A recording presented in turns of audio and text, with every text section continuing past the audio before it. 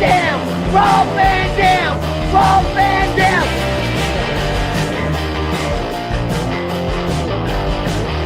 I'm Rob Van Dam. The whole show.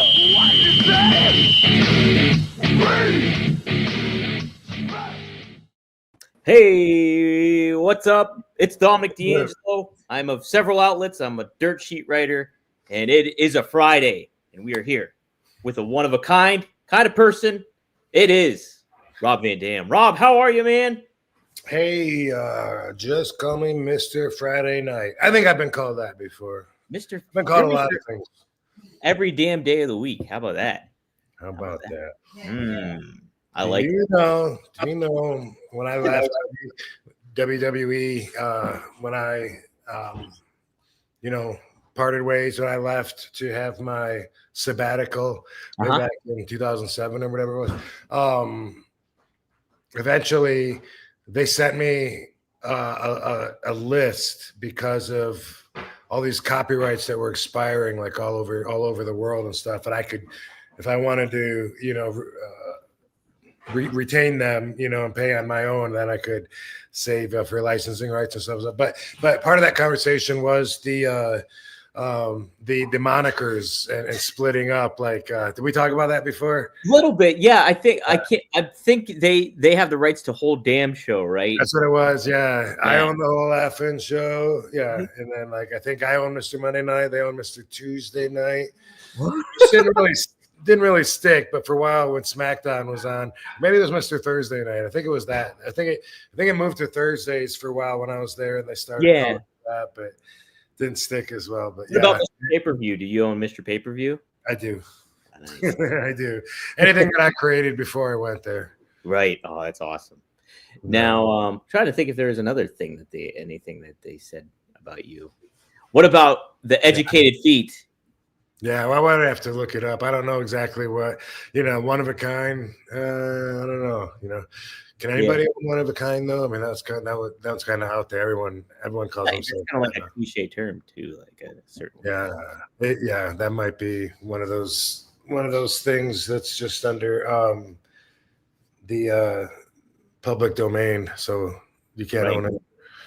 I can't wait till the Wizard of Oz is supposed to go under public domain at some point here. I don't know though. I think they renewed it. I want. Do you see all those weird horror movies they make out of like everything once it releases a public, like Winnie the Pooh? They made like a Winnie the Pooh slasher film or some shit. No, I only know about the Day not Day of the Dead. It's one of the zombie movies anyway. But that stuff is interesting, though. It is interesting. Yeah. Well, we're live, folks, and we got a lot of regulars in the chat here, from Maddie to Triple E to Candido Fan to we got some other folks in here too joining in on it. So if you guys have some questions, be sure to ask them. It helps to use the super chat so I can keep my papers peeled and see what people are saying. But we always try to keep our eyes open for some good questions. If you have Sabu back on too, Sabu got cut off. He had a bad cell reception or whatever, and he never got to share his experiences with the crime family. Right, that, and then we were going to talk about his perspective of you guys getting pulled over and all that. Right, yeah, we got to have him back on. Got to have him back on. What a cliffhanger though, because we're like. You're like telling the whole story and going into detail, and Sabu looks like really intense and like interested in the story. And then you're like, "Hey, did we go to an ATM?" And he's just like still sitting there. Yeah. So yes, tune into that, guys. Yeah, it was great stuff. You can check that episode out now. So I got some clips up too on rvdtv.com where we're live on right now, live on Rob's YouTube channel. Be sure to like, share, subscribe, get the word out, comment. That always helps with the algorithm. Also, sign up for Only Wrestlers, rating you right above me, onlywrestlers.com. You can go there and get in on the fun of doing the fan voting stuff for matches, and then seeing what that show is going to happen on March 20th. Streams live on there, but if you're in the LA area, you can go to the event too. So pretty exciting stuff. Yes, sir. That's right. And anybody that's a paid subscriber gets to watch it. So you can buy a ticket for $6.95 and watch streaming, or you can subscribe to somebody that's on the show. Boom, you get to watch. And everyone's subscription was dropped to match the $6.95 buy-in rate for the streaming for a cool little promotional adventure we're having. So take advantage, yo. Check it out. Lots of stars. It's going to be fun. Ooh, this is a fun poll you have up right now, too. I just went to onlywrestlers.com, and it wants you to vote, guys. Which city should Only Wrestlers pick to host the second live event? And you guys got some good names on. Yeah, you guys got some good cities on there. Philly, Chicago, Nashville, Vegas, Phoenix, LA again, Houston, and Atlanta. So those are big wrestling cities there. Holy smokes. And also coming here to Las Vegas, March 6th is JCW. Juggalo Championship Wrestling. Yeah. And I'm going to be wrestling on it. Are you? Hell yeah. Is this going to be your first match for JCW then, Katie? It is. Oh, nice. Do you know who your opponent is yet? Or is Danielle. What's her last name? The neon blonde. Oh, nice. Okay. Is it Danny Moe? Is that her name? Danny Moe. Yeah. Danny Moe, that's it. Yeah. That Pittsburgh area, I think. Oh, I don't know if you say so. We see them everywhere. Yeah, we see them everywhere, so I don't know where they're from. But. Okay, yeah, I can't remember. Facade, I think he's based out of Pittsburgh originally or something. Yeah, maybe I'm wrong. I could be wrong. Sure they stay together. Yeah. I'll be wrestling. Hell yeah. Exciting. March 6th. Yeah. I'll have to get some advertising. Coming up next week. Yeah. Wow, that is next week. I forget today's last day of February. Last day of February. Yeah. Hey, Rob, before we dive into stuff, I did want to just ask you straight out. Gene Hackman passed away. Were you a fan of his? 95 years old. He did some good movies and everything like that, but wanted to see Gene Hackman? Gene Hackman, yeah. Yeah, sure.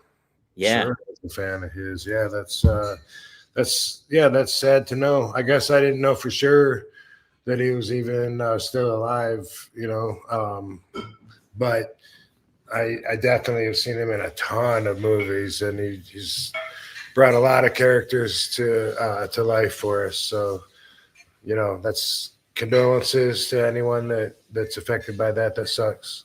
Yeah. Oh man. Yeah. He was 95 years old, so he lived a hell of a life. But his wife was found dead with him. I think she was only 63 or 67, and then one of their dogs were dead too with him. What happened? They say so. The initial reports that there was no foul play involved or anything like that, anything suspicious. But then the only thing I could think of is like carbon monoxide or something like that, where it's there's something like that kind of happened. So, but I think they're looking into it a little bit more. So we'll see how it all comes out. But man, yeah, crazy stuff. I love Gene Hackman. He's great act. French Connection. So many different movies you can name that he's been in. Yeah, so many. Yeah. Well, we got some good questions in here. Let's see what we can start off with. All right, here's an interesting one. Frankie always asks some good questions here. Rob doesn't play favorites, but I think we can kind of tailor this to make it happen here a little bit. Some of your all-time favorite wrestlers to watch in regards to see them perform in anything. Anybody stand out to you that you like, hey, this is always a fun match to check out or a fun person to watch in the ring? By the way, I'm going to be puffing on this, so nobody minds, but I feel like smoking it out. I do when I'm doing these interviews. I guess sometimes I like to revisit the past, watch, say, The Ultimate Warrior and revisit discovering him and the emotions that he brought out.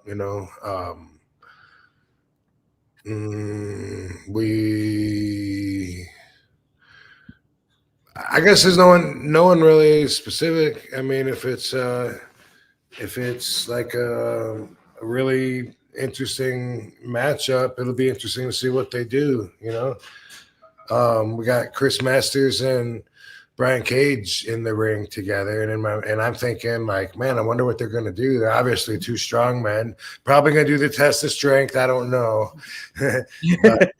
but I mean, it's kind of intriguing, and sometimes there's intrigue like that. But I don't have like a list of wrestlers, and I don't say, "Ooh, so and so's on tonight." Although sometimes, like if it's a friend of mine, and we catch a little hype maybe online about it, like so and so had a good match, then I might be like, "Oh, I'll try and look for that," But that's about the best I can answer that one. Okay, yeah, nobody super like stands out. It's just, yeah, I'm sure too. Just being in the ring, you're kind of focused on the work you're doing and how you kind of complement with other people and stuff like that too. I like to watch my friends the most. Yeah, cooler. Like if I know them and who they are, like outside of the ring, to me makes it more entertaining to see what they do in the ring. Yeah, is there somebody that you can name that you really stands out to you? One of your friends wise? Oh gosh. Who do I talk about the most? Right, it's a hard one to answer. I know, because I have a lot of friends, and what brand? Maybe make it more specific. I could choose. Let's just go with WWE. Is there anybody at WWE you like watching? On Main or NXT? That's good. Ooh, good one. Main. On Main, Chelsea Green's my friend that I like watching. Nice. She's entertaining, and I started my career with her on a India tour. Wow. Okay. Well, yeah, she's good. She's very good. Yeah, and she's inspiring because she had so many obstacles that got in her way, and she just loves wrestling, and you could tell that she does, to keep going after. Like, for example, in India, she was taking a tilt-a-whirl head scissors and broke her collarbone. Oh. And she had to get a helicopter to take her from the arena to the hospital. Man. And she was all alone during this and had to have emergency surgery. And then when she woke up, people that worked in the hospital were taking selfies with her. Whoa, seriously? Like, even like conscious, yeah, like how violating. And then when she came back to like missed the whole tour, and everyone had so much fun because we were like staying on a safari, and the shows had like 70,000 people, so everybody was so excited about it. And she missed the whole thing, and then she was like laughing and having fun and in good spirits. So, man, yeah. That's tough. Holy, and then she got really hurt too in WWE a couple of times. Yeah. She had the carpet pulled out from underneath her several times. Yeah. Her and her Matt Cardona. Yeah. We respect the hustle. Yeah, we do. It's crazy too how much Matt really hustles too. Everything that he can, like, he knows how to promote and market everything, and it's just like really, really good stuff. And it's wild to think too. It's like, and he'll try to give tips online to a lot of wrestlers and stuff like that. He'll like do little videos and be like, "This is what you got to do, and tell everybody." And some people heed their advice, obviously, but others don't. It's pretty wild. It's like, I saw him doing a seminar too. Yeah, which is awesome. Advice and good advice. Very good advice, absolutely.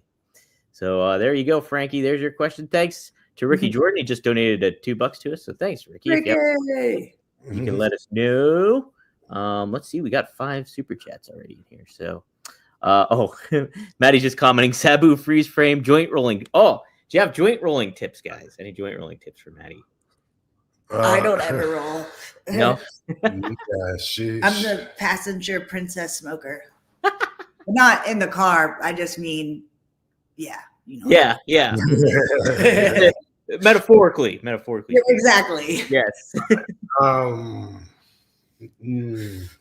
No, you can't. I wouldn't do it like a contest or anything like that. People can roll a lot faster than me and whatever. Just make sure it's ground up enough. Like at an amateur level, they don't even know that. Like when I first started smoking with other green smokers, they would put stems, seeds, big pieces of bud in there, and that fucks everything up. You have to grind it up nice, and so that it will, so that it can all, squeeze in and take the shape of the joint. And I have to put in my filter afterwards. I got huge fingers, and I take when I put the weed in there, I take a pencil and I flatten it out. and then I space the middle a little bit because it always falls in towards the middle. And then when I roll it up, I get like this. And then I got to put the filter in. Over the years, I've had several people watching me do that are just, smoking with me that always ask, why don't I roll it with the filter in it and roll it up with that? But I've never done that, and I can't imagine how that would work out. Because one thumb would have to be on the filter and then the other thumb would have to be on the weed. It doesn't seem like it would require consistent pressure because the fine ground up weed is not going to feel like a piece of cardboard. So I don't know, but anyway, I don't love it, but it's worth it. I love it. Like when D will have a roll everything for me, and I love it when I look in my bag and it's pre-rolled. Yeah, you can't beat that a bit. Right. It'd be like waking up in the morning and thinking, oh God, I gotta shower and get dressed and brush my teeth, do my hair, and you open up the door, boom, you're already done. Like, sweet. I don't have to do all that. I can just go right to the next and enjoy it. Right. I'm having some breakfast. I'm gonna have some breakfast. Yeah, so Dee's pretty good at it, right? She's doing that. Yeah, I taught her how to roll. She rolls pretty much almost just like I do. That's awesome. That's awesome. So this, I know, Mijin, this is not, you're not trolling Rob, but this is a pretty troll question just on the surface of it all. So here it is, Rob. You ready? Does RVD have a favorite music album? The wrestling album, Pile Driver. There you go. Yeah. Yes. Yeah, good question. Coca Beware singing Pile Driver. There you go. I like it. Jimmy Hart with Girls in Cars. Jimmy Hart, though, he was in a band and stuff. Yeah, he is Mr. Music. Okay. Mr. Music, yes. He knows all the oldie kind of stuff. I think he hung out with the Beach Boys and stuff, if I'm not mistaken, and all that kind of stuff. Yeah, I believe he's the one that brought the producer in to make that album. Oh yeah, I believe it. Heck yeah. But you remember Land of a Thousand Dances? They're all like, if you only knew what I'm gonna do to you. You'd be running out of here as fast as 2 feet could carry you. I ran out of air, but your destiny belongs to me. Ooh, man, I just saw that video. There's another one that was I don't know if that was a parody of it, but a bunch of real singers did one called "We Are the World." Yes, right. Yes. So I just found out, I think I saw it on Instagram the other day, but Prince doesn't sing in the whole thing. He's standing there sucking on a lollipop. Oh, you sent it to me. Yeah. Oh, lollipop while everyone else is singing. It's so fun. Yeah, because he wanted to do his own thing and be his own instead of as a group. I was like, that is so you. You should have did that when you did the WWE sing-alongs. Right, which was the Survivor Series commercial. We had to sing to it's the West Side Story. Yeah. Well, so did you see too, Bob? It's always a meme now is Bob Dylan doing the "We Are the World" thing. He is so checked out of it. He's just going through the motions. So people use that as a meme all the time. Yeah, that's great. And then there was "We Are the Worms." I don't know if you ever heard that, but that's what they played on the radio afterwards. "We are the worms out on the pavement, and when we hear a squish, we look around to see where cousin Dave went." I probably still know all the words to it. I thought it was funny when I was a kid. Yeah, but I wonder what the real deal is with Prince, though. I bet he wasn't getting paid to sing, so he didn't want to do it or something like that. Yeah. Oh yeah. Or anything. Yeah. He won an award too, where I think it was like the top black artist or something like that. He won, and literally he had I think he had his white bodyguard come up and grab the No, he went up there and just took it and just said thank you, and then just walked out. He did not care about some of the awards he would receive. What a character! Yeah, as a character. Or he said he wasn't getting paid and he stayed there on business. Yeah, I want to look that up now because I found that very interesting. Yeah. That's how I was in music class in school when everyone was singing. I'd be like, lip sync. yeah, try. There's another great clip too of the Mamas and the Papas on Ed Sullivan, and I can't remember the girl's name in the band, but she literally, just to troll everybody, she like took a bite of a banana while the song's going on, and she's supposed to be singing, so she just yeah, Kayfabe. yeah, funny stuff. Yeah. All right, we got another question here from Ricky Jordan. This is an interesting one. He said, it sounds like a America's Got Talent magic trick. Right. And then Anna, while she's still singing. Yeah. While she still thinks, that does sound like it. They'll do that. They'll drink water, gulp, gulp, gulp, and they're still going. Still singing. Yeah. Ricky asked this, talk to us about cannabis use in Japan in the 90s when you wrestled in Japan. And what's the best places to smoke overseas? We were in Japan just a couple years ago, and it already like was a huge deal. Like weed was still a really big deal there because people were freaking out that Rob posted something while he was in Japan. Like, take it down now, please. Really? Yeah, it's big trouble in Japan. So they don't like it. It's not common. You know, American wrestlers will stand out in the open and smoke on the streets, but when you do, everyone's like, "Oh, no! Oh, that's not okay. Yeah. You know, please, no." They get like they really freak out over it. And yeah, last time I posted that just a picture, I guess, because I had a whole bunch of doobies all rolled up that someone gave me, and I just said, I think I thanked them or whatever, and then we were underneath the arena, and I filmed on there. Said, we just were this is a cool smoking spot we found or whatever. And man, we had so many people reaching out to us saying, so and so's trying to get a hold of you. You know, like, so you know, our Japanese friend, he'd be upset if I gave you his name right now. So I won't do it. But I finally, I called him or texted him, please take that down. I was like, all right, no problem, dude. Really? Like, who's gonna see that anyway? But okay. But yeah, in the 90s, well, the weed didn't used to be very good that we would get out there, but it was weed, and so we could get hash, which was much better, and it was the same price basically. Mm-hmm. And the hash would usually be like black, like a brick, like a Hershey bar of it. And we would usually take a can and poke a whole bunch of holes in it with a pen and smoke it out of the can with the hash on top. Once in a while we would get weed, and it would kind of be, it would be a treat, especially if it was given to us, you know what I mean, as a gift. But that was popular to do, and I stuck to that while a lot of the other boys were doing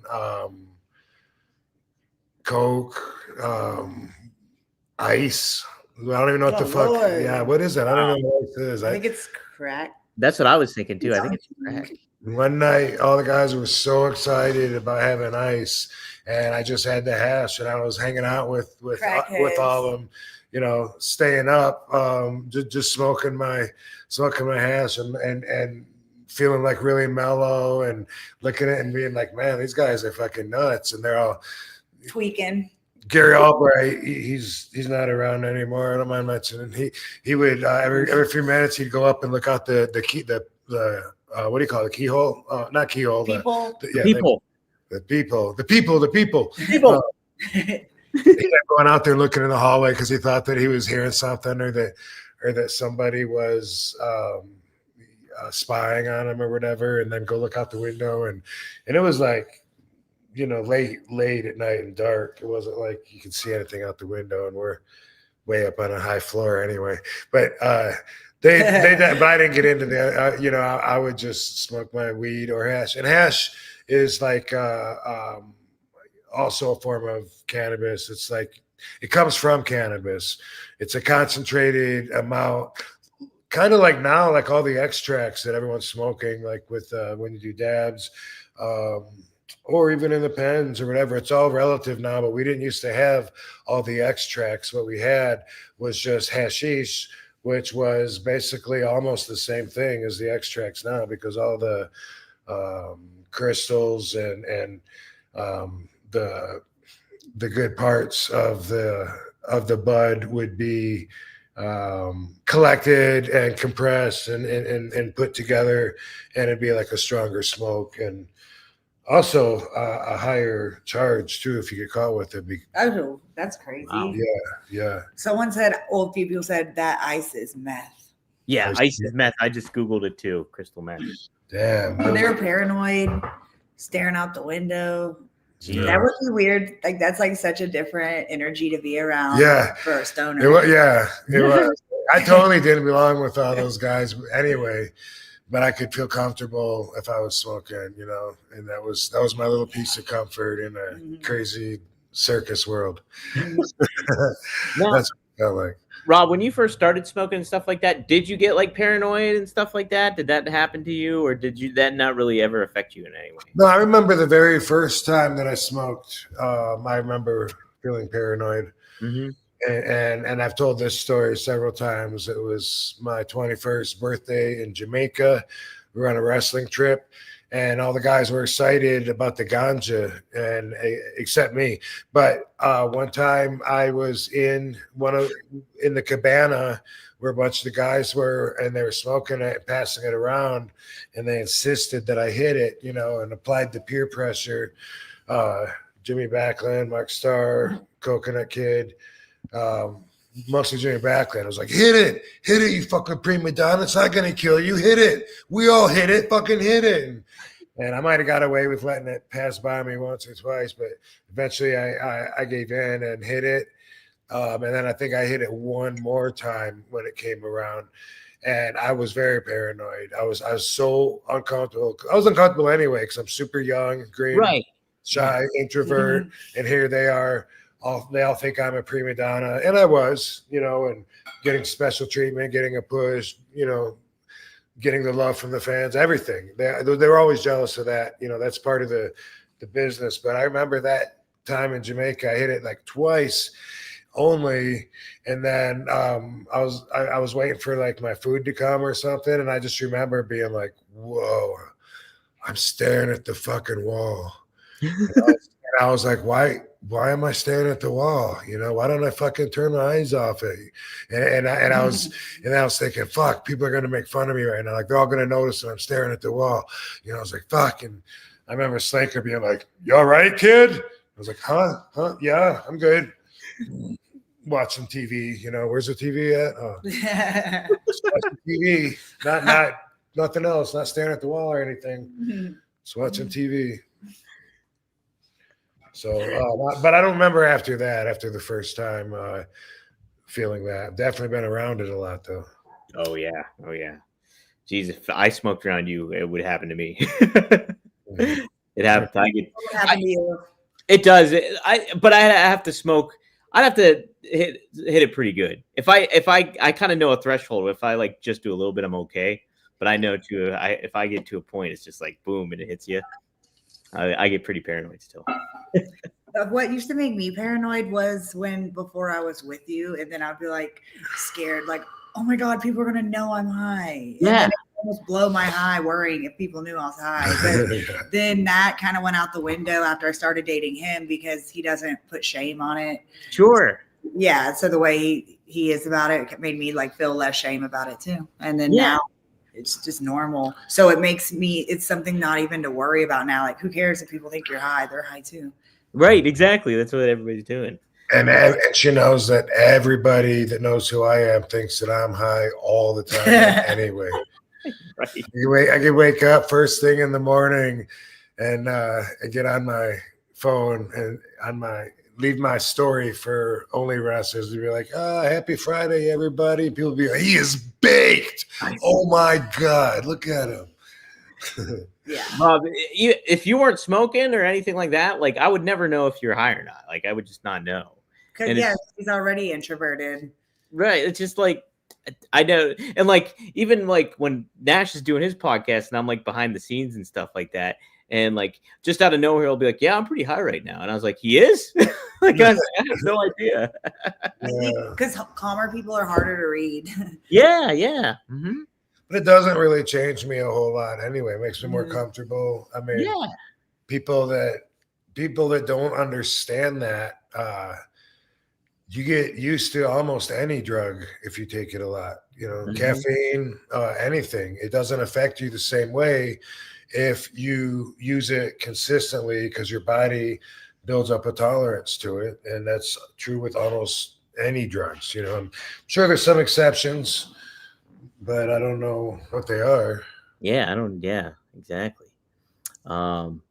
Katie, some of the chat is liking your outfit. And Thank you. Let me do a 360 for y'all. All right. So if you fell asleep, wake up. And here's Lovey sometime. And there's Lovey too. Hell yeah. Hey, mommy. Look at that. Heck yeah. Thank you for the compliment, y'all. I feel cute today.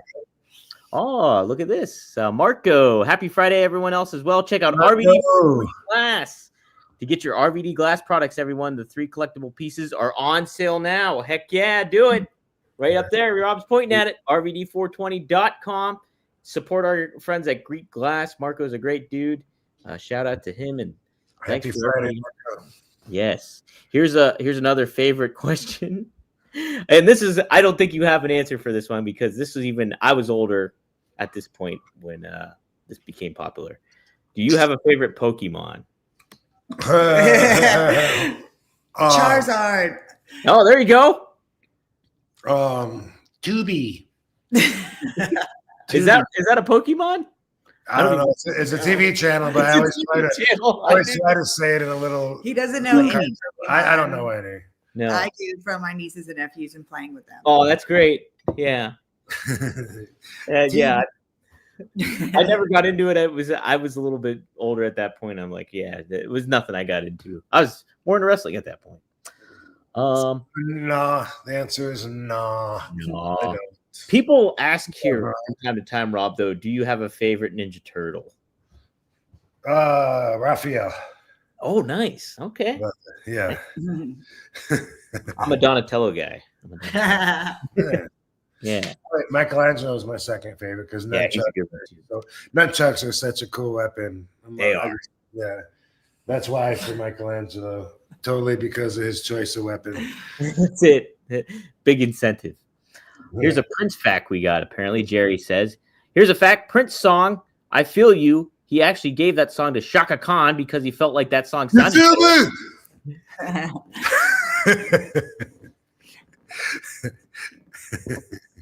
That took me a second. That's all I'm gonna think about. That song sounded better. You know that song? Yeah. I'll have to play that. And now I'm gonna think about Bobby Fulton singing. Well, that was nice of him. That was nice of Prince to do that. He must have really cared about the integrity of the art. Yeah. A better person instead of taking the coins for it. That's it. He like did a lot of that, I think, sometimes with the different artists. Interesting. We need to make a remix. So how does Chaka Khan say "You feel me"? Or no, "Feel me"? I feel you. What'd you say?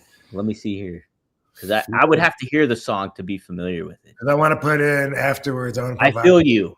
The song is "I Feel You." How do they say Alexa, play "I Feel You" by Shaka Khan. Mine heard it. You said it. Everybody's will be jamming to it. Well, here it is. Oh, okay. Yeah, everybody knows the song. Oh, yeah. That's the only Shaka Khan song I even know, so of course. Yeah. But I don't know where he says, I feel you, but whatever. Oh, man. I'm hearing it. He's like, you feel me? We'll work it in. Alexa, stop. Alexa, off. That's so now we're funny. demonetized. Alexa, off. Now we're demonetized and now 13 cents. You're right. I'm gonna get flagged. I'm gonna get a strike on the channel. Let's see here. Man, we got a lot of questions in this time around. Frankie follows up when he was saying about your favorite wrestlers to watch. Apparently, he said, I was wondering who Rob liked to watch from any era. So I think he Like, so you mentioned Warrior. Well, yeah, because I think about when I really enjoyed watching wrestling, and I mean, since I became a wrestler, it's not the same thing. You know what I mean? It's like watching work or watching other people work, and usually having strong opinions that you know that sometimes aren't. You know what I mean?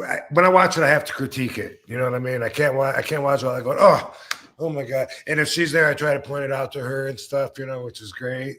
And then otherwise, I'm just like, man, it's just, you know, I wonder why nobody tells these guys these things. And anyway, it's not, I don't enjoy watching as much. So when I think about answering this question about enjoying watching wrestling, I think back to when I was a kid and I liked, you know, I loved watching Leaping Lanny Poffo, Randy Savage's brother. No one knew it was Randy Savage's brother back then.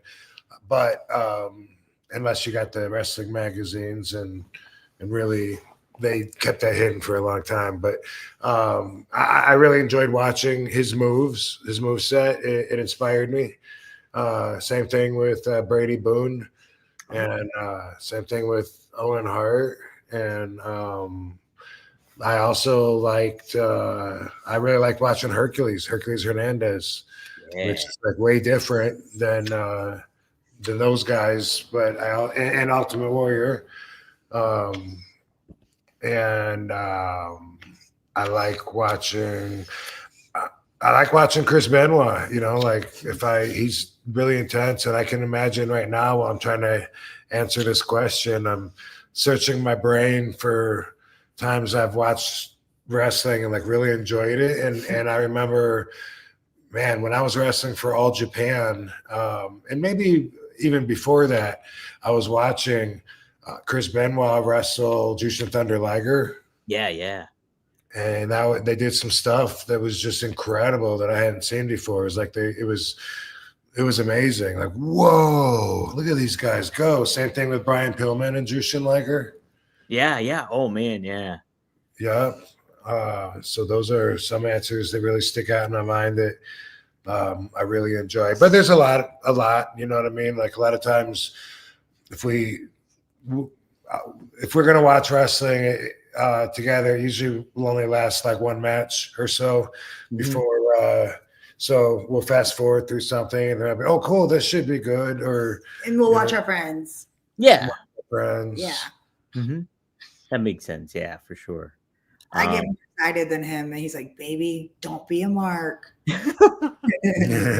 Well, she buys everything. Yeah. I used to like watching the Rockers, you know, Shawn Michaels, Mario Jannetty wrestle against the Orient Express, Paul Diamond and Pat Tanaka. Yeah. Mm-hmm. That was some good stuff. Yeah, heck yeah. Ooh, I want to go back and watch some of that too now. What was I gonna say?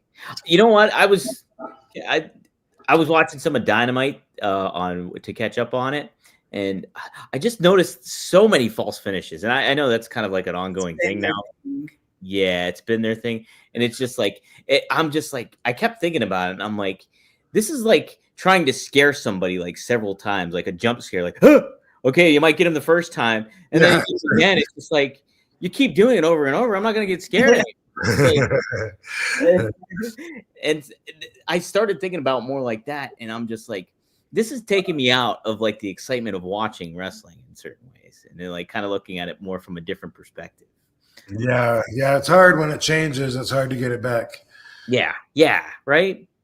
That's a tough thing. It kills me when they no-sell the finish, stand right up, and give the other guy a finish. You know, I saw a clip of that yesterday, and I don't want to bash anybody, personally, but dude takes dude sitting on, it's a three-way, and dude sitting on his shoulders, wham, gets clotheslined off.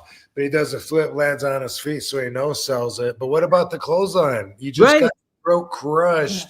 Just because you land on your feet, you're strong enough to grab the guy, give him a German, give this guy, and then gets the Hurricane Rana that they do on the back. That's like really cool. They didn't used to do that. Poison Rana, I think they call it, where it's like a reverse one. Yeah. Yeah. The brother took one, boom, stood right up. As soon as the guy turned around, he gave him one. Boom. Like, what? Yeah. Yeah, that takes me out of it too. I just can't. Let me see what else. So, okay, I started this one because it really made me laugh. This was Maddie. He says, Alexa, play Bad News Bobby. Play Bad News Bobby, what? Play Bad News Bobby. It's just like he name a song, play Bad News Bobby. Like Bobby Fulton. Yeah, Dynamite Kid was awesome. You're right. Oh, yeah. Yeah. That's great. So, whoa, synchronicity there, because somebody asked about Dynamite Kid on Greg and Magnum earlier today. How about that? Wow. Was it Jushin Thunder Liger that he wrestled, or it was some, or what? Maybe Dynamite Kid had some like amazing matches. With I think it was probably with Liger. Maybe man, maybe it was Liger and everybody because Pillman and Liger's. I think Tico and Scorpio, and I do still like watching certain people. The girl in NXT, who's the girl that I think her name might be Rachel something. There's something that see, I can't even put her over, but she looks like different and unique, and she's really good, and it's really eye catching. I actually like watching her work. And what moves does she do? Or can you describe what she looks like better? Yeah, what's she look like? She's got dark hair, and I think she wears a paint on her face, like a web. Yeah, that's her. She's really good. Good, yeah. And different, like the way that she moves and the mindset that she's in when she's out there and everything. So, yeah, it's just everything has a purpose with her movements, and that's something like with Rob. All his movements have reason. Like puts like everything he does is for a reason. Like it'll give him more momentum or something, and it's like she uses. Yeah, she doesn't waste anything. She's good. That's awesome. Yeah, we were talking about that last week with Sabu, the little attention to detail, the in-between stuff. Yeah, right. Mm-hmm. Hell yeah. Oh, Frankie said it. Dynamite Kid had those matches with Tiger Mask. Oh, I knew it was someone different. Yeah, I knew it was someone before Jushin, but that didn't make sense. Yeah. Wow. Those were definitely some inspiring matches when I was just really wanting to be a wrestler. Maybe I was starting to train or whatever, or somewhere around that time in my life, and that was incredible. Yeah, go back and watch some of Dynamite Kid and Tiger Mask. When I got to Japan too, they wanted me to they would compare me to Tiger Mask. Like Tiger Mask could do this move where he runs up here in the corner and does a backflip. Can you do that? And I'm like, I think so. And like I did it, and they were like, oh, good. And I didn't want to keep it. It wasn't mine, but and one thing that was cool, which man, that'd be so hard to do right now. But I got this from him. But he'd stand on the apron and come in over the top rope, but by splitting his legs, And like I would do that, come over and split my legs to come over the top rope, and then like drop a leg. I think he would just do it to enter the ring or something, if I remember right. But that's really challenging to not get your foot caught up on the rope, and so that wasn't one that I kept in my repertoire too long. But I did a lot of things several times that I didn't keep, because of the risk factor. Is there anything that you ever wish you would have kept though? Like that you look back on and be like, I should have held on to that one a little bit. Or anything you forgot about it. You did it in the beginning of your career. And there's a lot I forgot about. There's a lot I forgot about. I'll see it on videos. Mm-hmm. I'm like, I should. Oh, that's cool. I should do that again. Even the simplest thing, like Jericho was laying on the floor. You might have seen this clip, and I think it's Lulu Temple. I'm in the ring, and I have my back to the rope, and I just like flip back over the rope and then do a moonsault to him on the floor. It's like so simple, but like it's getting play now, and it's like, who does that? You know, this is for me, yeah. I liked in the beginning of your career when you would pin someone and do the model pose. Yeah, I like that too. That was good. Yeah. You should pull that one back out. But you know what? I hate it when all the girls do this now. But that's why it's cute for you though, because you were like, you're a boy. This, like the first time or two I saw it, I was like, oh, all right, you know, it's kind of cheesy, like exploitive, cute. But sometimes when you're modeling, you have to do something with your hands. So that's why sometimes that's the sexiest picture. Every time I see that, it makes me ashamed to be a man. I'm like, are guys like really looking at this and thinking like, oh my God, there's just something about that look. And they're like, but you have to do something, and then switching it up is like, it's not my go-to pose. Yeah. Not my go. I need some freaking poses. I was trying to do like some promo pics for the local promotion that we have here, like with the IWC, and I'm like, I don't know how to. I'm like Ricky Bobby, like I don't know what to do with my hands, kind of thing. I have to practice it in the mirror. I gotta try to think of the cameras on you. You know what angles your best angle, what side of your face is the more flattering side. Yeah. See, I gotta keep all that stuff in mind. Yeah, and then when the camera's on you, bow. Yeah. Oh yeah. What was the question before you said, or did I forget moves? Oh yeah, was there any that I wish you would have kept? I don't think so, because it's not like I really like threw any out or anything. Mm-hmm. You know, like every once in a while I would do a move just because I hadn't done it in years. You know. Mm-hmm. Which is why I knocked myself out in TNA when I went up to the 5-star frog splash on Kenny Kingston, and I was like, you know, I haven't done a 450 in probably like 10 years. And I was like, I'm just gonna do it, you know, just so I know I can still do it. And I went, and then when I opened up, my face just like boom hit the mat. So hard that it knocked me out, and I lost my memory. I couldn't remember the match or whatever. And 1 or 2 times that I've been out, but this one I was out on my feet. I still came up with stuff. I was just like, it took a while till I could hold on to a thought and without losing my memory, because I remember going up to Dixie Carter or walking by her, and she was like, she goes, hey, how you feeling? I said, oh, fine. And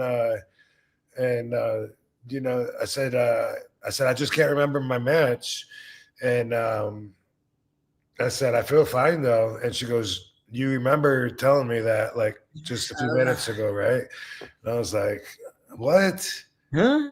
Like, are you serious? Like, I saw you.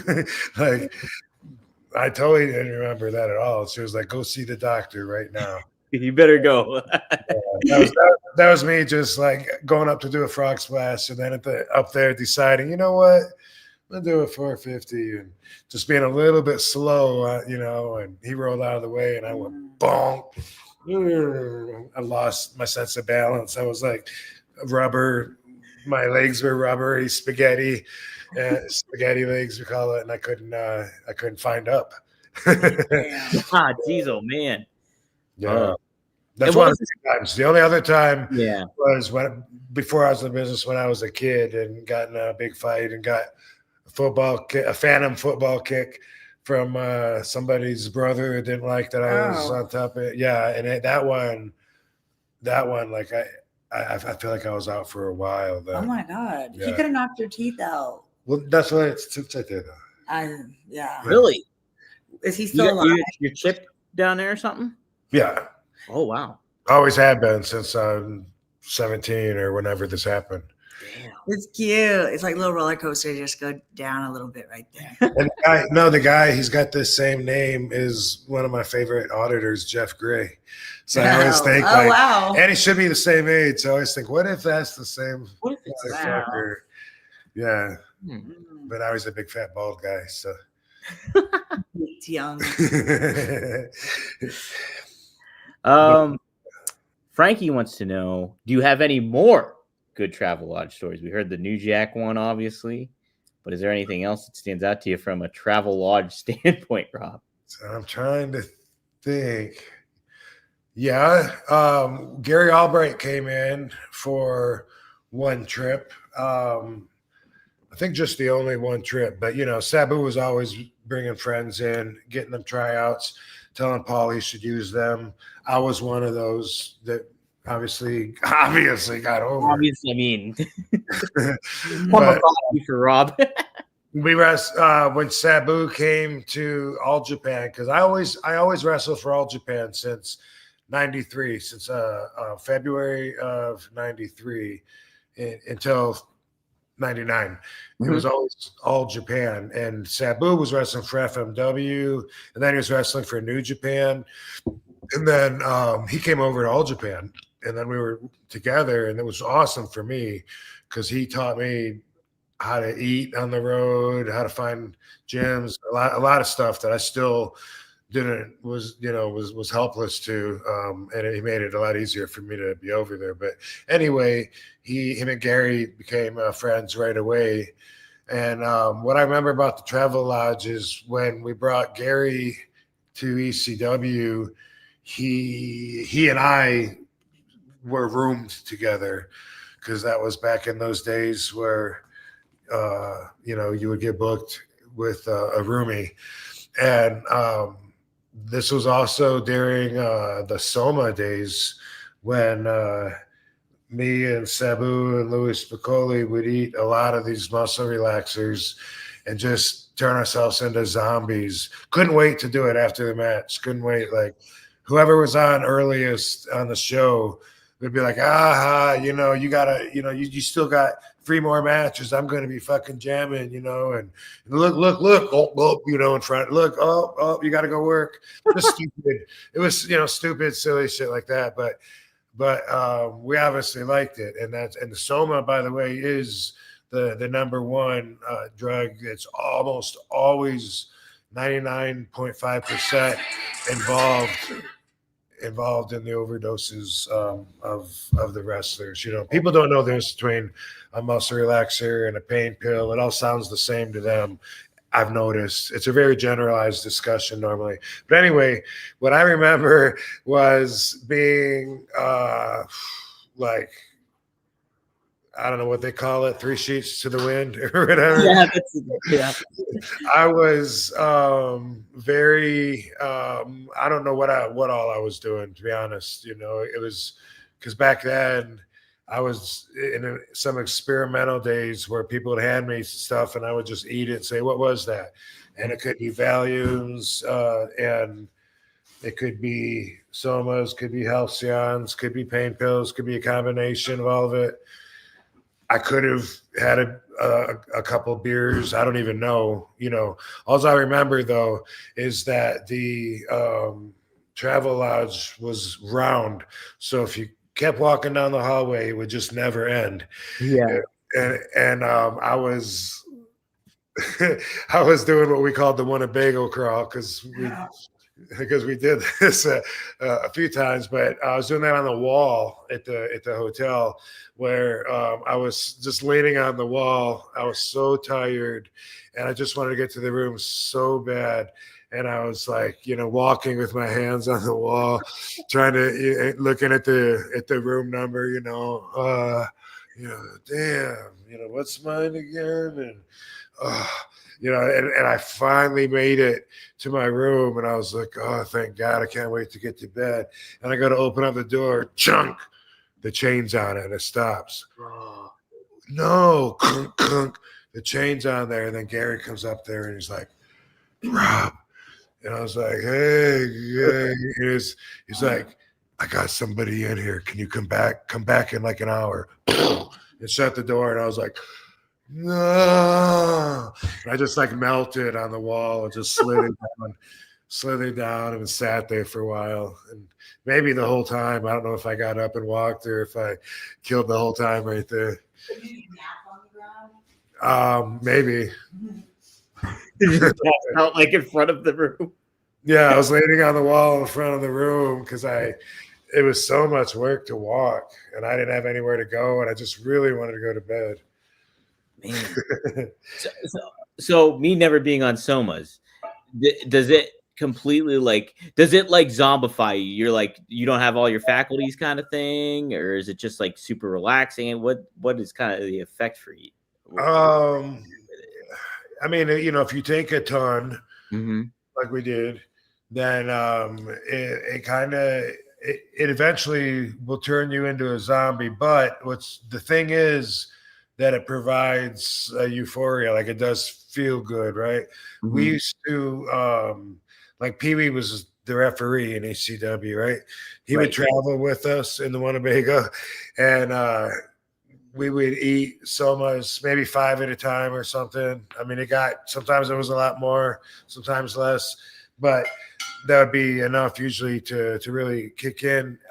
And there'd be like so much time we would know till it's going to kick in, and sugar would help kick it in. So we'd love like going to the diner and eating it, and then ordering like pie or something. Yeah. Eating all this pie, and pretty soon, and then we would be eating it, and then we were racing to see who could get there first. It was so stupid, but and we would have Pee Wee check us, and we'd be like, "Hey, ref," and we'd like give him our hand, and he would look at our fingers, and if we're not shaking, he'd be like, "Nope, not yet." Be like, "Damn," we'd be like eating more, waiting more, and then pretty soon one of us would be like, like that, and he'd be like, "Up, he got it, you win." We got winner here. I know. And nowadays that would be so much more dangerous with fentanyl and everything. Oh, I bet. Yeah. Yeah. Ooh, I didn't even think about that. These streets. Yeah. I'm glad my experimenting days are over. Yeah. Crazy. And yeah, we would go. Louis would go to Mexico, to Tijuana sometimes, get like a jar of 500. Me and Sabu would pay for it, and then by the time Louis got it to us, like half of it's empty, and we'd have to fight him over that. Give it, Louis. I remember him going through this excuse one time because we're like, "Louis, there's like 165 of them missing." He said, no, there's no way. And we'd be like, "Louis," and we go.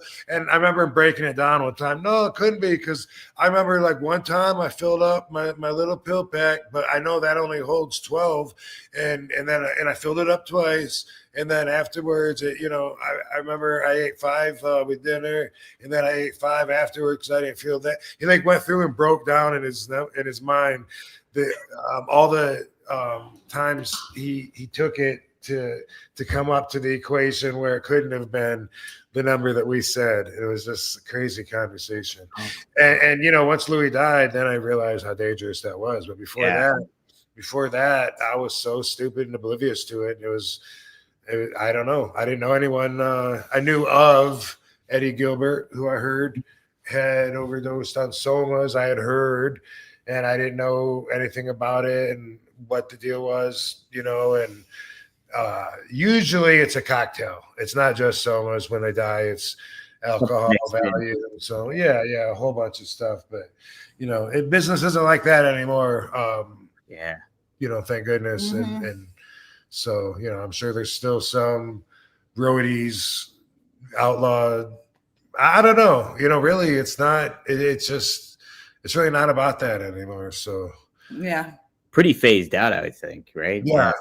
Mm-hmm. There's not a whole lot to that. Maddie says Sabu and RVD, good cop, bad cop movie with Maven. There. And then William Keller, thanks, William, just gave us $5 and says, "What's up, RVD?" What's up, William Keller? Hey, William. Happy Thanks Friday, for doing that, William. Heck yeah. Before we get to our other topics that we have lined up, did want to ask you, did you get to see any of the Rocks promo on Friday where he said he was going to take Cody's soul? No. They're pretty wild stuff. It's been talked about throughout the week and everything like that. And now we're going to get a decision here at Elimination Chamber. But it was like, I keep telling people this on the shows, is that I like anytime The Rock does something, I'm like thoroughly entertained. Like it brings to a different level that I don't get that much with wrestling. But when The Rock is on and he's saying stuff and he's ripping on the crowd and all that kind of thing, I get like, I'm like busting out laughing and all that stuff. I don't get that often anymore, and it's kind of just refreshing. He's good at everything. Yeah. Mm-hmm. So yeah, he's one of those people that we'll tune in for. I mean, if I know he's on, I'll watch it. Yeah. Mm-hmm. It's not that often. It's kind of a special moment. Yeah. And I just saw Jim Bob. Did I collect the mini wrestler versions of me? Yes. There's TNA put out, I think 3, and then I feel like I have one from a different company too, but I have them. Are those the micro brawler things? No, not those. There's those too, but no, these are like little tiny ones. There's this one that's like me and Sting and Jeff Jarrett. They're really tiny. I got like one of them. You know what's funny? I noticed I have like maybe 3 action figures with a completely just red outfit, and this one of them was the little mini one. But yeah, isn't that crazy? Like at least 3, maybe 4, with no paint on it. And at first I thought, oh, the toy makers just didn't want to put in an extra detail or whatever. But now I'm thinking like my very first outfit probably inspired that. But I did have airbrushing on it, just not that much. But I have a little me doing a flying sidekick with a lightning bolt on the leg, and that's not on the action figures. Dang, you should bring that singlet back. You should get one. I have it upstairs. I was looking at it and I was thinking, I think I might do a video with it or something. Yeah. I think that'd be neat to kind of bring that back though, like get Joel to maybe do you a new one or something like that. Right. Looks like that. That would be cool. Let me see. All right. Rob, did you want to talk about the did you want to talk about which one do you want to start with? The creative stuff or the Yeah. Let me lead into that with this. Okay. So go ahead and put the screen on my big head here. Oh, yes. My RVD monologue time. So when you're famous, it probably doesn't surprise you that a lot of people fantasize about being you, and they like to think about what they would do different, what they would do to make you better, which really would only be a lesser you and more of a version of them, but they don't think about that.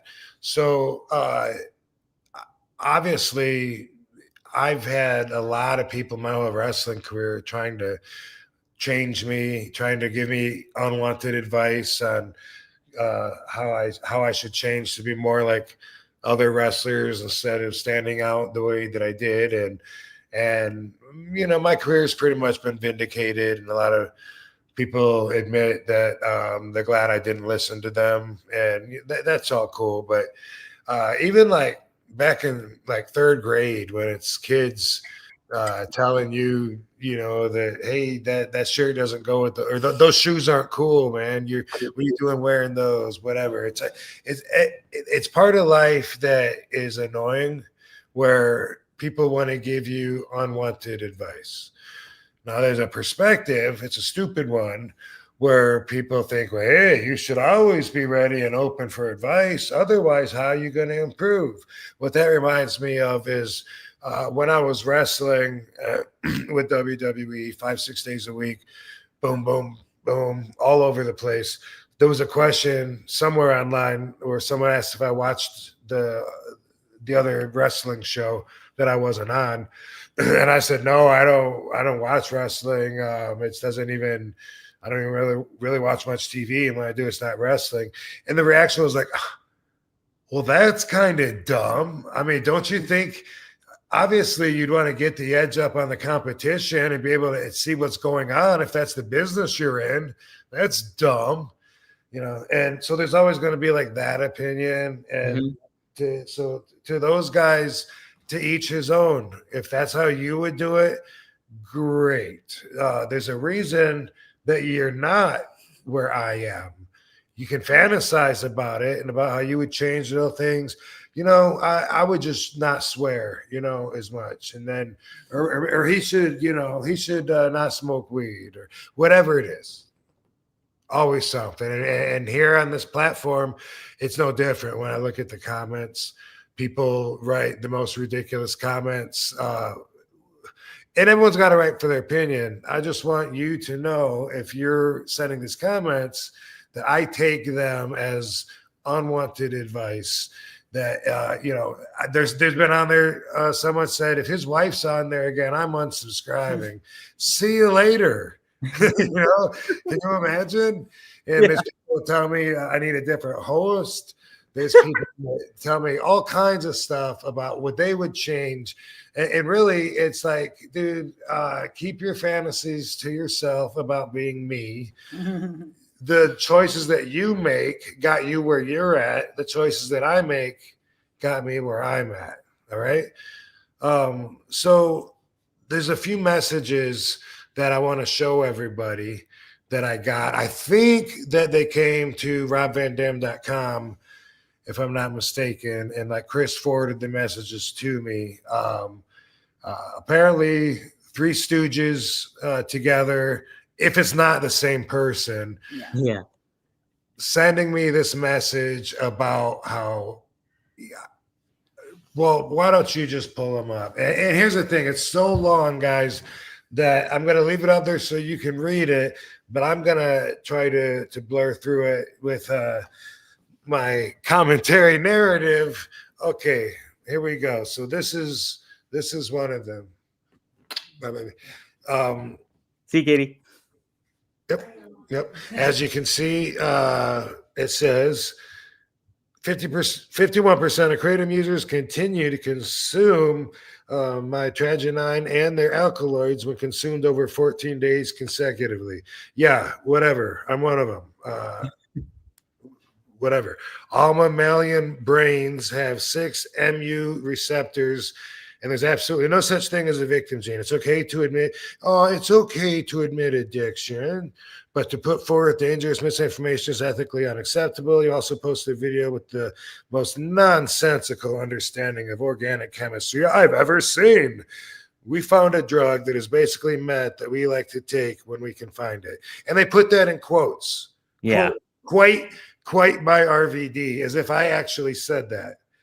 Like Katie and I go out just looking for drugs, and if we can find this one, it's like meth.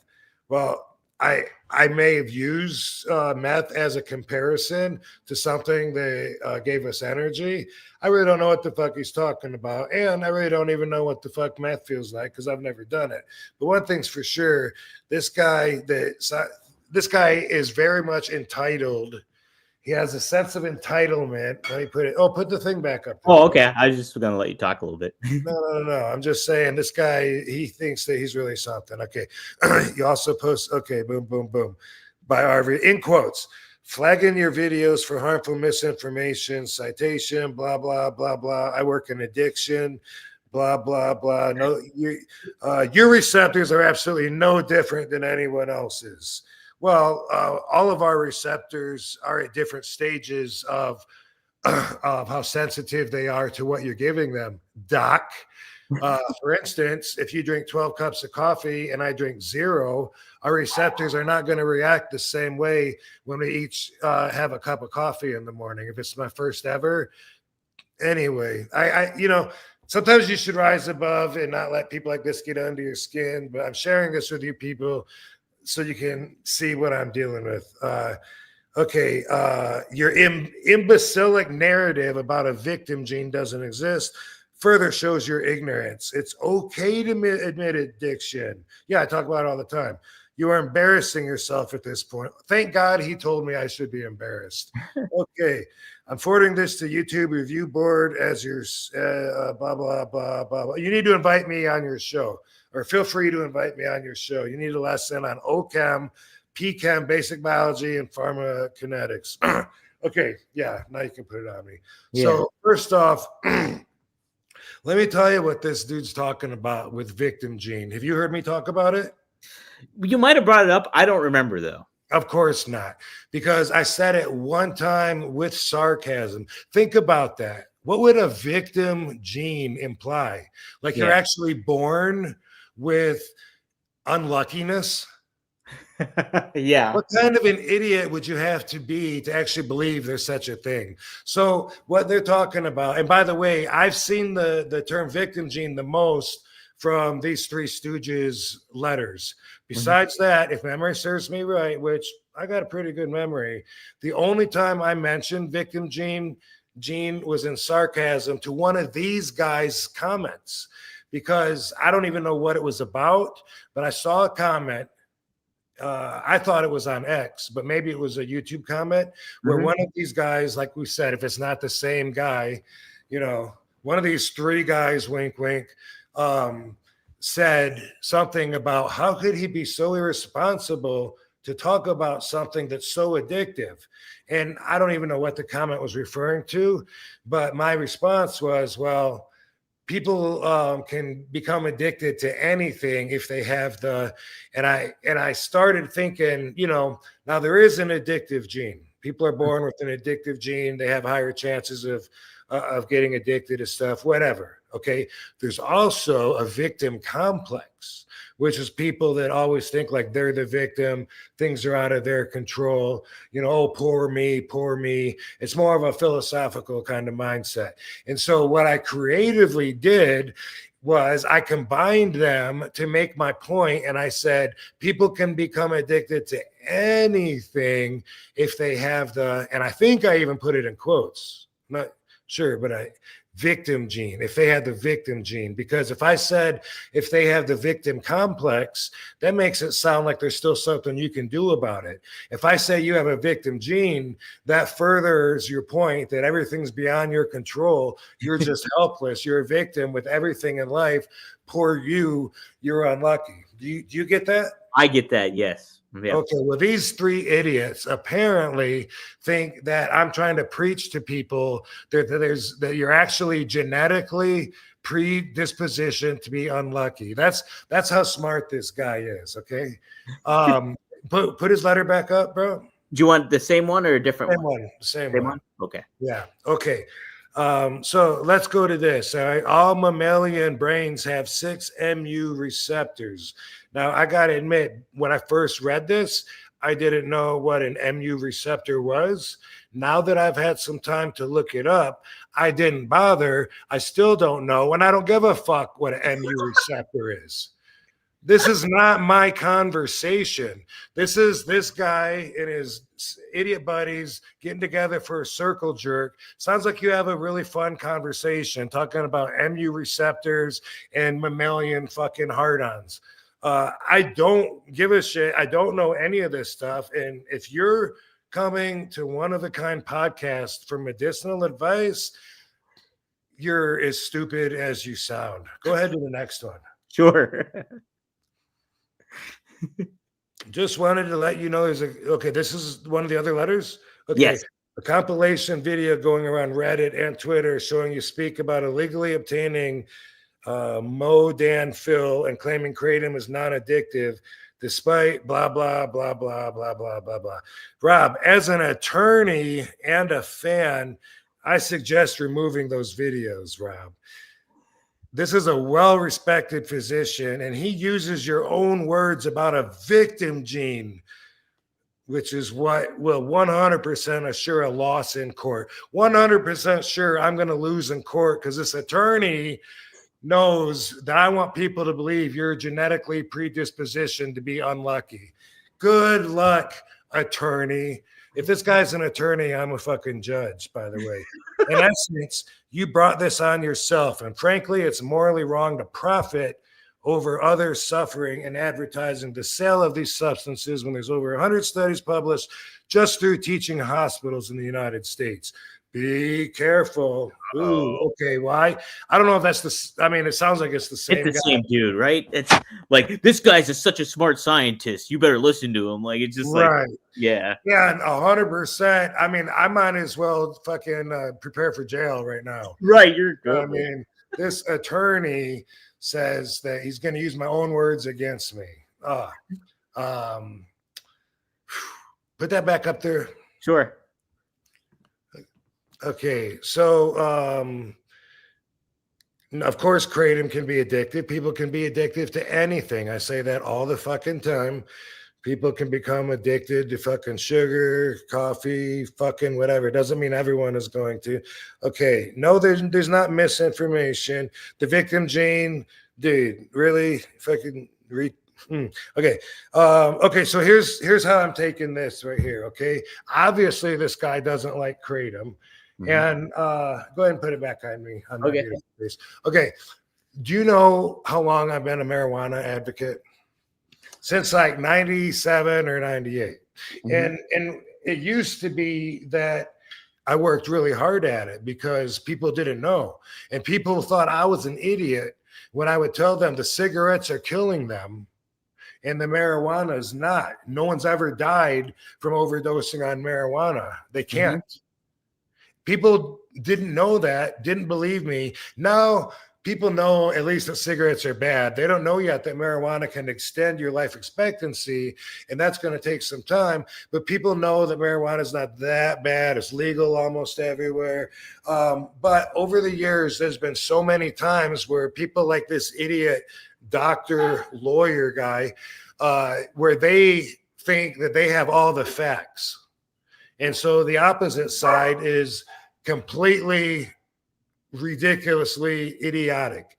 It has all the appeal of having a debate over which political party is right and which ones are idiots. You know what I mean? Yeah. You're on one side of the fence, the other side is complete. There's been so many times with marijuana that I've heard doctors be like, oh, but you can die from it. I had a cancer doctor tell me that you can die from marijuana. I said, show me where the death is reported that it's caused, because I need to know this. I might be telling people the wrong information. Well, it's in the medical journals. I said, where?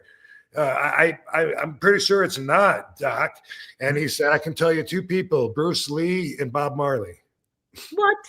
Believe it or not, I swear to God, a cancer doctor at the City of Hope in California told me that. And when you're a doctor, you're taught certain things from a book, not from real life, but from a book. And hey, sometimes that's where you get your education. It's kind of hard to argue against real life, though. And a lot of the stuff that I learned, especially about kratom, is real life from my firsthand experience. And if people want to hear my firsthand experience, what I do, what it's like, I'm going to share it. Why wouldn't I? You know what I mean? Because a book says that it's not going to do what it does for me. That doesn't make sense to me. And the guy, the doctor, it's like he's entitled. He feels an entitlement to be looked at as intelligent and valid when he uses the doctor. Okay. My first thought, and no offense to people in the medical field, everyone's different, but we all know doctors that have misdiagnosed shit that are wrong. And you know what they always say every time you say the doctor got it wrong? That's why they call it a practice. I think about, I become hypoglycemic. And first time I had a doctor diagnose it, he said I had a hyperactive adrenaline gland. Way the fuck off. And then after that, the doctor said that we should look at Crohn's disease, and a lot of my symptoms were leaning towards that. This same doctor also misdiagnosed my evil ex's cancer. Wow. Told her to eat more fiber and come back in a couple months. Now, I don't like people to be held accountable, so I'm not going to mention any names, but that was Dr. Taub in San Pedro, California. They made those fuck ups. And we all, like I said, know doctors that are fucking way off base. That's why they call it a practice. So anyway, for this guy to throw in doctor as an intimidation factor, as if I'm supposed to be scared of it, it's laughable. All right. Show the next one. Yep. Why is RVD openly promoting legal and illegal drug use? What? All right. We find it very disturbing that Rob admitted procuring modafinil when we can find it, and cheeringly referring to it as working like me, pound. Okay, whatever. Then he goes on to dry scoop kratom and encourage his audience to use mitragynine alkaloids as being safe. This is highly responsible. This information. Rob made a comment to a physician in the comments that it's only addictive to those. Aha! So see, that was them. Oh, I knew it. I knew it. Memory serves me well. They said that I was irresponsible because it's addictive, and I said anybody can get addicted to anything if they have the victim gene, which I think is even in quotes, which I'll go back and look for evidence when I go to court and have to defend myself, because obviously this attorney is looking at litigation, because obviously me sharing things. Hey, show me, by the way. Obviously, show my face again real quick. Sure. Okay. I just want to tell you that, I mean, obviously he knows what he's talking about when it comes to breaking the law.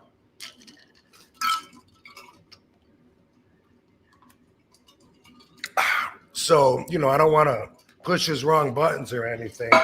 By the way, in case anyone's wondering, kratom is not medicinal. It's not a drug. It's not recognized by the FDA. It's not illegal. In certain places, they have it prohibited. We're not in those places.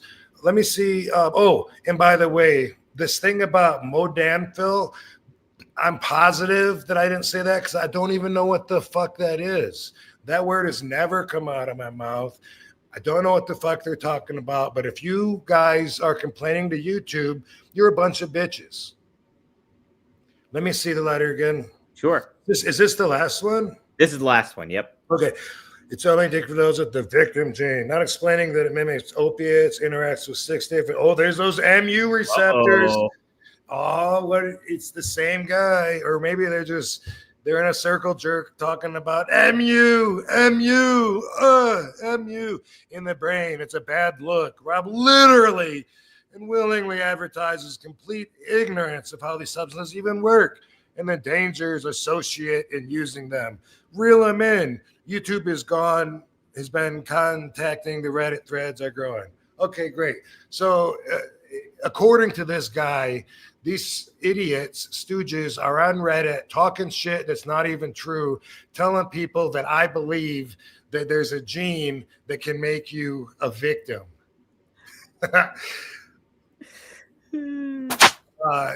Here's the thing. I think there's more, because I remember reading a complaint that I was recommending medicine or something like that. I thought. But anyway, I read it once before and then just skimmed through it with you guys. But okay, so here's the deal. You think it's illegal for me to give advice? I just want to say I advise you 3 amigos, the doctor, the attorney, and the other guy, to all find a bag of dicks and go eat them. Go eat them.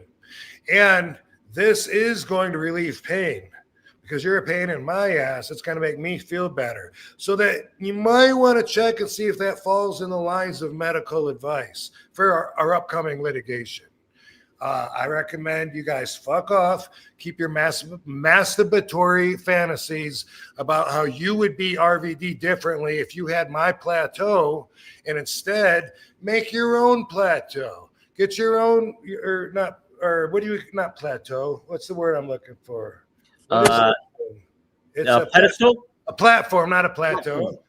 Yeah. See, I'm not claiming to know what MU receptors and I don't even know what half of those words are. Whatever you're talking about with your buddies, your fun buddies in the circle jerk, fuck off and keep it to yourself. And if you're gonna complain to YouTube like a Karen bitch, then you're gonna get treated like one. Karens. And I get it, you don't agree. Oh, did you see that, by the way? In case you missed it, I'm going to do another dry scoop for you. This is my Tragina. This is kratom. And this is for you, jerk-offs.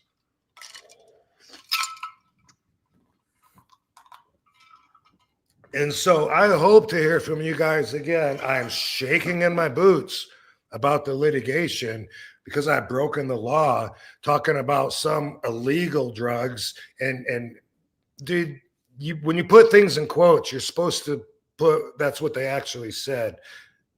Anyway, there definitely is another thing because there is another one, dude. There's another one I didn't send you then because it says, really? Yeah, it's a threat. It's something about, as an attorney, you should take my advice before you're something about my employer.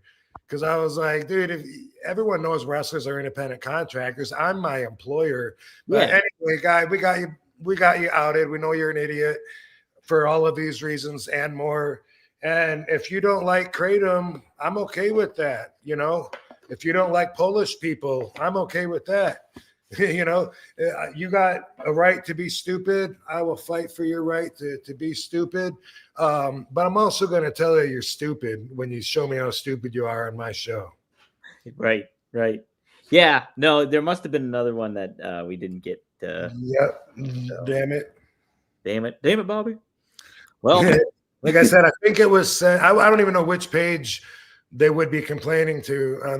That's the thing too, is when you sent me that, I'm like, we've talked about kratom a couple times on here, but it's like you never said anything that was like, and this guy just and I think it's a guy. I think it's one person just like creating these characters. So it's like, oh, we got a team together going after Rob, and it's like all this crap. It's, oh my God. And what a weird angle to take too. It's just like, oh, I want to preach because I know the medical field, or he acts like he does. It's just, your receptors are no different than anyone else's, Rob.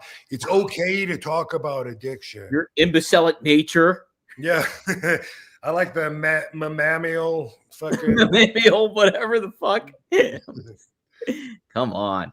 Get a life, people. What the heck? Anyway, that's cool if you're anti-kratom. I happen to get great results from it. And so when people want to either get off of the controlled substances or need help solving pain, anxieties, sleeping, I will continue to recommend what works for me. Thank you very much, Dr. Attorney. Other person, whatever. Third guy. Third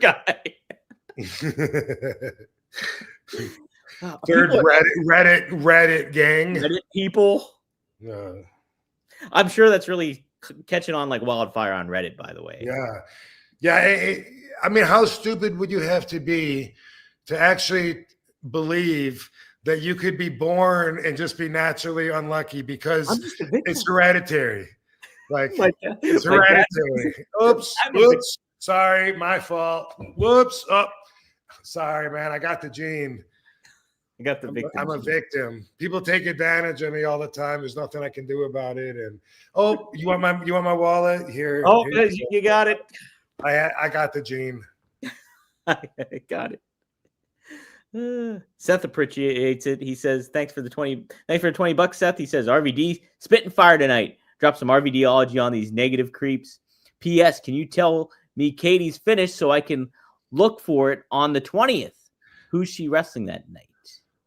Does she have an opponent for only wrestlers yet? Or yes, I think we talked about it. Maybe it's Danny. Okay. I thought that was for the March 6th show with. It is. Oh, I got you. I see what you're saying. Yeah, he means for the only wrestlers show. I don't know. Yeah, I don't think that one. Yeah, I don't know what we're doing there.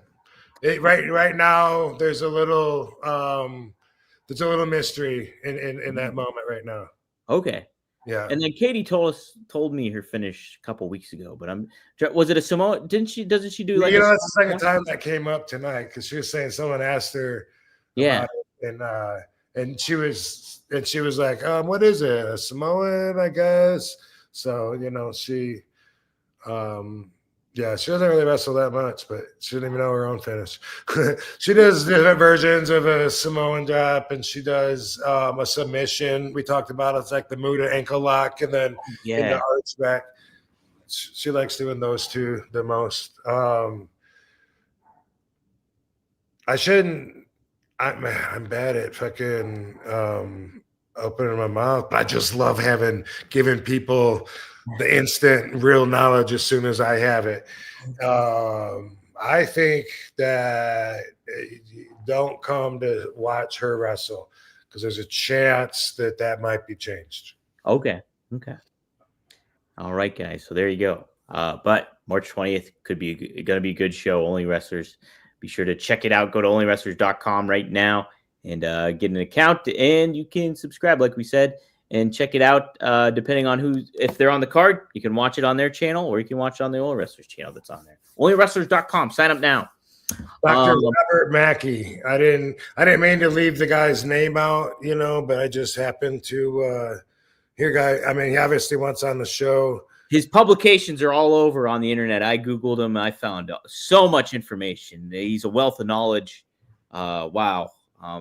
Yeah, very much heed his advice, everyone. It's all about the MUs. MUs, the receptors.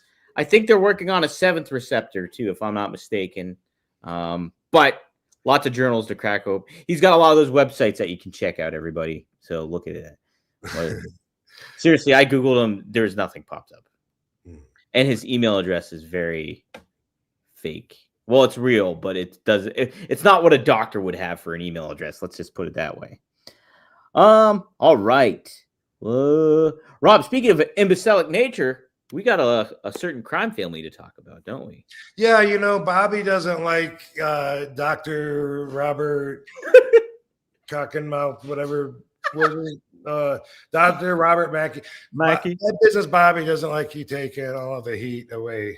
So, I'm not known as being confrontational. So pretty soon I'm going to have half my show dedicated towards people that I got to slap back if you guys don't start behaving. And that's not normally how I stay balanced. But anyway, in the interest of staying balanced, I just grabbed a few, and I swear there's so many of these complaints that I've been telling you about with the people who've been sending me with the crime family. And so I just picked like 3 or 4 or whatever, just so we could talk about them. Just a friendly reminder that Bad Business Bobby Fulton is a horrible person.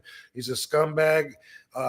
Look at my history and my peers. I've worked with rapists, pedophiles, murderers, and I'm telling you that Bobby is not a good person. He's a scumbag. And let's look at some of the things that I sent in real quick. All right. The ones from the game, all the complaints, the crimes or whatever, like some of them are still in halves or unorganized. So I want to try to like find the other halves and put them together and whatever. Next show next week will be, I think, like one day before the big reboot show, because his show I think is on the 8th. And by the way, if you have that poster too, if you're in the Ohio area, there's a great wrestling show next week. Look at that. Nothing but a good time. Boom, Cactus Jack and Matt Riddle, JBL. Yeah. And this is in Hamilton on the 9th. Wow, wasn't McFoley also in the one on the 8th? Because remember we were saying, look, he got him 3. They got 3 in a row. Like, but they did the same thing here, but it's not the same poster, obviously. No.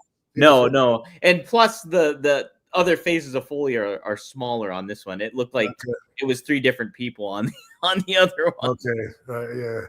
Yeah. Anyway, just a quick reminder, if you want to see wrestling next week, make sure you know about that one. And there's so many, and I got screenshots is what I have. So from the Facebook messages or Instagram or instant message, whatever.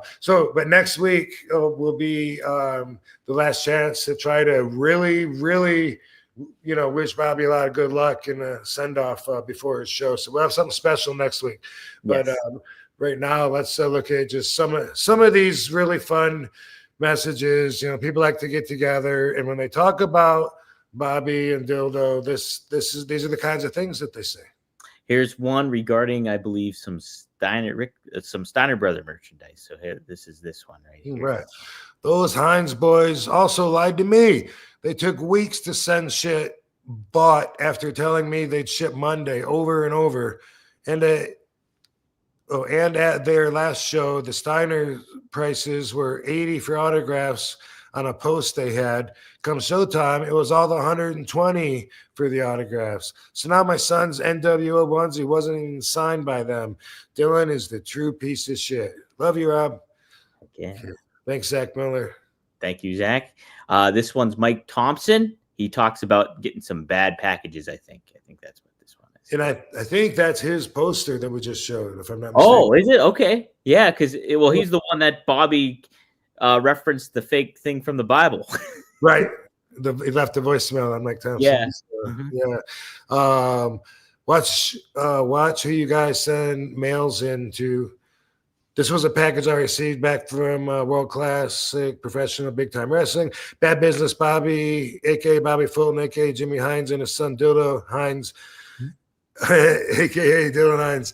This was when they had Sting in. Okay, yeah, I heard Sting doesn't want to work with them anymore either. Wow, this is how they return their customers' mail in to me. Most of the items didn't get signed. Don't waste your time or money with these clowns or take the chance of your items being destroyed or lost in the mail. And there's a picture. And yeah, it's not, I don't know if it's, he said this is how they come back. And I think it was damaged or something, but yeah, the title is all over the place. It looks like, I'm trying to pull it up on my phone again to see if I get a better look. Yeah, here. Can't find it. Shit. Well, 1 second. Oh, here it is. It just looks like it's really disorganized and out of place, and it does look dinged up. The title does not look in pristine condition. I'll say that. Yeah. So I got a lot of these mentioning different wrestlers and different ways they've been screwed out of mail-in orders. What else we got? So we got, this one is from Bachelor Benjamin. I think he was in a match and Bobby had some criticisms or something. So read the bottom one's the first one, I think, Rob. It sounds from the way the message is. I worked for Bobby Fulton only one time. I called a finish where my pants got pulled down from a sunset flip. I didn't show my ass or any bits, just my trunks underneath. Bobby screams at me and my opponent in the back in front of Mr. Hughes and Billy Gunn. How professional. And how we brought how professional and how we brought the backyard into the business. A freaking 1980s finish, which I know he's done. Then he pays us $10 each and tells us how much he loves us, even though we were unprofessional. Him and his son are clowns. Okay. Oh. Thank you for sharing the story. Yes. Then speaking of thank yous, Kevin just sent you a thank you. That was this one here. Oh, cool. Been waiting for someone to take down the Hines crime family for a couple of years now. And it looks like that was you. This was probably maybe before the reboot, the big reboot. But we're still taking him down. Bobby's my bitch, whether he knows it or not, as long as he's in the business. I'm going to keep reminding you guys, and I'll remind him too. Shocked. And it was, I've been aware of the shady tactics they've been pulling for a while now. Shocked that talent was still willing to work with them. But I just wanted to say thank you, sir. Yep. Appreciate that, Kevin. And I keep saying that about the talent. That's the way this business is. When a lot of guys really want to get work. So like whenever there's a chance for guys to get booked and get work, it's always like a good thing for everybody. At least that's how I always see it, Yeah. So as much as I would like to see Bobby fail, at the same time, I don't blame anybody for going and trying to do the job and get paid. Of course, they will get screwed over, and of course, Bobby will bury himself. All you got to do is give him a chance to give him a little free reign, and he's definitely going to do himself in. And I'm looking forward to hearing about the people that he screws over on this one as well. But I definitely wouldn't blame or tell anybody not to go. I've had lots of people that have told me, man, I was going to go to that show. I'm not even going to go now, Rob. Thanks for let me know what's up. I wouldn't tell people not to go, but when they tell me stuff like that, I'm all right with that. I'm like, well, that's cool. Go to this other show on the Yeah. 9th. Mm-hmm. Right. It seems a lot like a lot of the same talent there, and it seems like a more reputable promotion, obviously. Here's the like what a horrible reputation these guys have. Right. The other one you sent me was a message from Dildo, right? I don't remember what I sent you. Oh yeah. Mm-hmm. So here's this. Here's an update. Okay, here's an update from Dildo. I hate to think I may have to begin legal proceedings against Jimmy Hines, but he's been warned to stop his actions and hasn't stopped. If you are friends with him, please pass the message. He's blocked me to where I can't contact him, but he's attempting to access my bank account and more. I was contacted and told his name and his area by different accounts. That's just what a great family dynamic that they have going. Right. Asshole raising a junior asshole. And truth is, Dildo's got hope. Like, I think, that he's actually got like a good side to him, because I was able to get along with him for a long time just by connecting on that level. He didn't always stay there, but I could meet him on a certain level. And I think him realizing how evil his dad is right now, he's Luke Skywalker, realizing that his dad's Darth Vader, and he wants to go against him and stop him. And really, I guess what I'm saying here is, should we have Dildo on next week's special show? Ooh. Right before the big reboot, so he can tell us about the way his dad trained him to be such a prick, such a rotten people, how his dad taught him, don't give a fuck about anybody, just get their money. Once you got their money, it's done. Deny everything, lie, attack. Play nice guy. Really? I mean, you got to admit there's some value in that. Yeah. What's the chat room thing? It'd be interesting. We get Dildo on the show. I mean, he's still going to be him, Yes. Kyle says yes, please. Maddie says he will be spammed. Yeah, so I don't know, man. That's a thought. Give that rat some cheese. That's what he says. Yeah. Well, hey, so we want next week's show to be special anyway. So, all right, what else you got? That was it for the messages. Okay. Maddie does add too for a super chat. Are we long lost cousins, Rob? Move over, Austin RVD 316. There you go. Which, by the way, 420 in Las Vegas. Are you gonna be? You're gonna be here for WrestleMania? I'll be there. Yep, I'll be there Thursday, at least Thursday through Tuesday, I think. On RVD 420, we're having a after party at the Nerd Bar. Hell yeah! Yeah. All right. That's sweet. Nerd Bar's a blast. Well, I might be doing on Thursday.